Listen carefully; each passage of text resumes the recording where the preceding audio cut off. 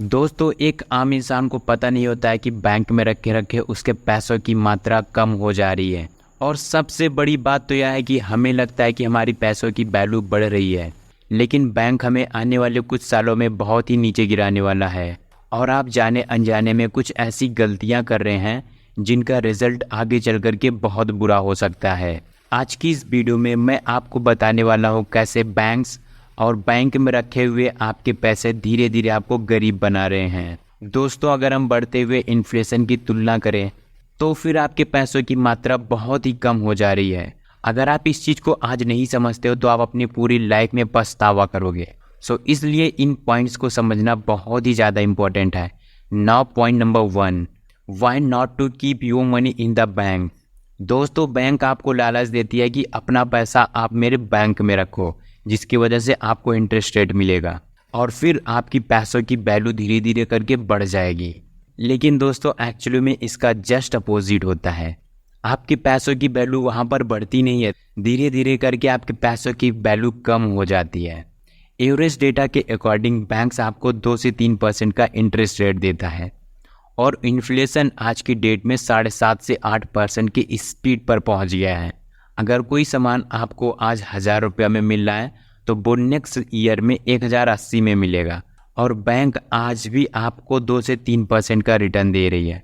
मतलब कि आपके पैसों की वैल्यू एक साल में 1030 रुपया हो जाएंगे और इन्फ्लेशन 80 रुपया ज़्यादा बढ़ गया है, तो इसीलिए आपके पैसों की वैल्यू कम हो जा रही है। दोस्तों, महंगाई बहुत ही तेज़ी से लगातार बढ़ रही है, जिसकी वजह से हमें उससे ज़्यादा रेट पर उस सामान को खरीदना पड़ता है। क्वेश्चन यहाँ पर यह है कि क्या बैंक हमारी मदद करती है हमारे पैसों को ग्रो होने में? द आंसर इज नो, क्योंकि इन्फ्लेशन की स्पीड इतना ज़्यादा है कि बैंक में रखे रखे आपके पैसों की वैल्यू बहुत कम हो जा रही है। महंगाई के अनुसार वही सामान आज आपको 80 रुपये में मिल रहा है और बैंक के अनुसार आपके पास 30 रुपया है। जब हम इन सारे सामान को खरीद नहीं पाते हैं तो हमारे लाइफ में डेब्ट ट्रैप आ जाता है और यहाँ पर आकर के हमें मजबूरन लोन पे लोन लेना पड़ जाता है, जिसकी वजह से आगे चल कर के हमारे लाइफ में बहुत बड़ी प्रॉब्लम क्रिएट हो जाती है। और गरीब होने का सबसे बड़ा मेन रीज़न होता है लोन ट्रैप।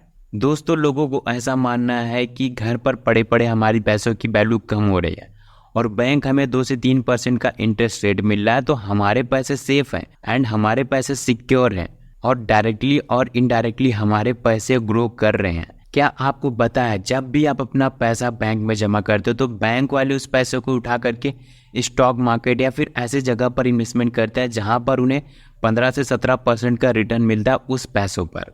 आपके दिए हुए पैसों को वह बहुत अच्छी तरीके से यूज़ करते हैं, मैनेज करते हैं, जहां पर उन्हें ज़्यादा रिटर्न मिल जाता है एंड वो उसके बदले में आपको 2 से 3% का इंटरेस्ट रेट देते हैं। तो बैंक को इनडायरेक्टली बहुत ज़्यादा फ़ायदा होता है। तो ऐसे में ज़रूरत है आपको कि इम्प्रूव योर कैश फ्लो। हमें अपने कैश को काम पर लगाना पड़ेगा। आपके पास जो भी अमाउंट है, चाहे वो बैंक में है चाहे वो कैश है, उन सारे पैसों को इन्वेस्टमेंट करना पड़ेगा। उन सारे पैसों को ऐसे जगह पर लगाना पड़ेगा जहां पर आपके पैसों की वैल्यू बढ़ रही हो। Now point number 2, cash flow. Cash flow का मतलब यही होता है कि पैसों का आना और जाना। इस प्रोसेस को हम कैश फ्लो कहते हैं। अभी के लिए हम एक एग्जांपल लेकर के आपको समझाते हैं। 3 दोस्त थे।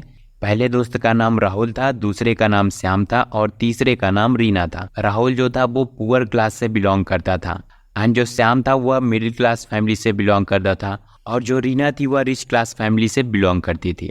राहुल जो कि पुअर क्लास से बिलोंग करता था तो उसके घर में यही सिखाया जाता है कि अच्छे से पढ़ो लिखो और कोई ऐसी नौकरी पकड़ लो जहां पर तुम्हें दिन का 300 से 500 रुपया मिल जाए ताकि हमारे खर्चे अच्छे से निकल सके। और दोस्तों, राहुल भी यही करता है, बहुत अच्छे से पढ़ाई लिखाई करता है और उससे बढ़िया जॉब नहीं मिलती है, जिसकी वजह से वह दिन भर कमाई करता है और रात को आकर के सारा पैसा खत्म कर देता है। धीरे धीरे उसकी आदत खराब हो जाती है, जिसकी वजह से ऐसे पर्सन पुअर क्लास के अंदर शामिल हो जाते हैं एंड आपको पता है इनके पास कोई भी सेविंग्स नहीं बचती है क्योंकि ये अपने सारे पैसों को धीरे धीरे करके खत्म कर डालते हैं। एंड नंबर 2 पर आ जाते हैं श्याम जो कि मिडिल क्लास फैमिली से बिलोंग करता है।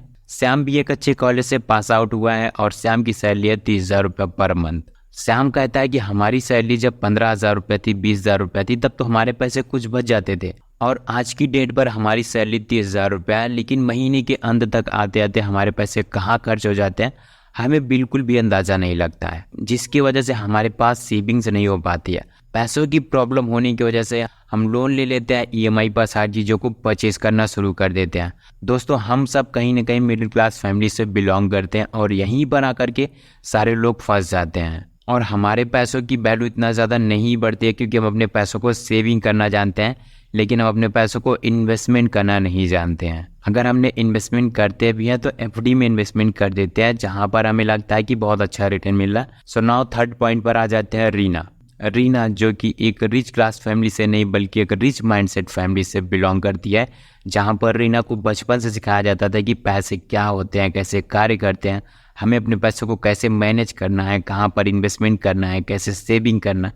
ये सारी चीज़ें रीना को बचपन से ही सिखाया जाता था। अब तीनों दोस्त जॉब भी करने लगते हैं, तो आप मुझे बताइए किसके पास ज़्यादा पैसे बचेंगे एंड इन फ्यूचर किसके पास ज़्यादा वेल्थ जनरेट होगी। ऑब्वियसली आपको आंसर पता चल गया होगा। Now point number third, real estate and REITs। दोस्तों, रियल इस्टेट एक ऐसा इन्वेस्टमेंट होता है जहां पर आपको 100% गारंटी के साथ रिटर्न मिल सकता है। दोस्तों, रियल इस्टेट के अंदर हम हमेशा आपको लैंड प्रेफर करते हैं, बिकॉज जो लैंड की कीमत होती है, जो ज़मीन की कीमत होती है, उसकी वैल्यू हमेशा कंटिन्यू बढ़ती रहती है, चाहे वो अच्छे लोकेशन पर हो चाहे वो किसी लोकल लोकेशन पर हो, एंड उसकी वैल्यू हमेशा आपको बढ़ती हुई नज़र आएगी। सो रियल इस्टेट में लैंड बहुत ही ज़्यादा इंपॉर्टेंट फैक्टर प्ले करता है।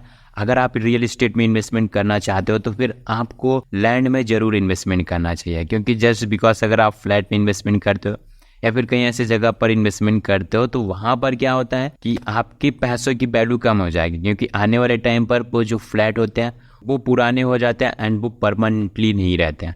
एंड जो आप लैंड लेकर के अपने लिए होम बनवाते हो फिर उसको रेंट पर देते हो तो उसका जो रिजल्ट होता है वो लाइफ टाइम आपको पे करता है। That's why I am saying कि आप हमेशा लैंड बाई करो। अब ये डिपेंड करता है आपके लोकेशन के ऊपर, आप जितनी अच्छी लोकेशन फाइंड आउट करते हो उतना ज़्यादा आपको रिजल्ट मिलता है। हो सकता है आपको अच्छी लोकेशन पाने के लिए ज़्यादा अमाउंट पे करना पड़े, लेकिन इस बात का भी ध्यान रखना आपकी लोकेशन जितनी अच्छी होगी उतना ज़्यादा आपको प्रॉफिट भी होगा। एंड इसी के अंदर सेकेंड पॉइंट आ जाता है REITs। REITs एक ऐसा मेथड होता है जहां पर आपको पर मंथ रेंटिंग इनकम आती रहती है। अगर आपके पास स्मॉल अमाउंट है तो आप यहां पर इन्वेस्टमेंट कर सकते हो, जहां पर आपको रेंटिंग इनकम के रूप में पर मंथ अमाउंट कुछ ना कुछ मिलता रहता है। सो स्टार्टिंग के लिए अगर आप बिगनर्स हो तो यहाँ पर भी इन्वेस्टमेंट कर सकते हो। Now point number fourth, stock versus index fund versus FD। Directly आप सोचते हो कि जाकर के हम स्टॉक मार्केट में पैसे बना ले, तो ऐसा पॉसिबल नहीं है। अगर आप स्टॉक मार्केट से पैसा बनाना चाहते हो, एक बिगनर्स हो, तो उसके लिए आपको इंडेक्स फंड में इन्वेस्टमेंट करना पड़ेगा। सो इंडेक्स फंड एक ऐसा माध्यम होता है जहाँ पर आप अगर इन्वेस्टमेंट करते हो तो आपके पैसों पर आपको कम से कम 14 से 15% का इंटरेस्ट रेट जरूर मिलता है। एंड यहाँ पर आपके पैसे सेफ होते हैं, सिक्योर होते हैं, बिकॉज यहाँ पर इंडेक्स फंड के अंदर निफ्टी 50 वर्क करती है, अपने इंडिया की टॉप 50 कंपनीज, जहाँ पर आपके पैसे इन्वेस्टमेंट हो जाते हैं और आपकी टॉप 50 कंपनीज कभी भी जल्दी डाउन नहीं होती हैं, जिसकी वजह से आपके पैसे सेफली इन्वेस्टमेंट हो जाते हैं। तो अगर आप इन्वेस्टमेंट करना चाहते हो तो इंडेक्स फंड में फर्स्ट और आप जा सकते हो। सो दोस्तों, ये थी ओवरऑल वीडियोस। आई होप कि आप इस वीडियो में जरूर कुछ ना कुछ नया सीखे होंगे। अगर आपने इस वीडियो में कुछ सीखा तो वीडियो को एक लाइक कर देना, एंड इस चैनल पर अगर आप नए हो तो इस चैनल को प्लीज सब्सक्राइब कर देना, ताकि आने वाली इंपॉर्टेंट वीडियो की नोटिफिकेशन आपको मिलती रहे। सो सब्सक्राइब नाउ, मिलते हैं किसी अगले वीडियो में, तब तक के लिए thanks for watching this video.